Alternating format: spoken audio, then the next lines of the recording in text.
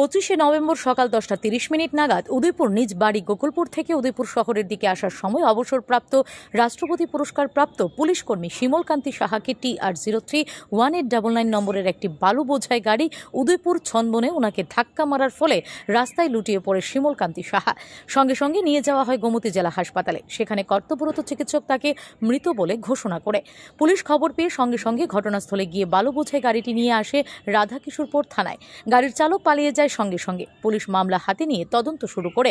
মামলার নম্বর 121/2024, ভারতীয় ন্যায় সংহিতা BNS 2023-281-105, মোটর আইনে 184 ও 187 নম্বর ধারায় মামলা হয়। পুলিশ তদন্ত শুরু করে বুধবার রাধাকিশোরপুর থানার ওসি বাবুল দাসের নেতৃত্বে গাড়ি চালক সাহেব আলী মিয়াকে গ্রেফতার করে নিয়ে আসে থানায়। আজকে তাকে আদালতে প্রেরণ করা হবে বলে পুলিশ জানিয়েছে।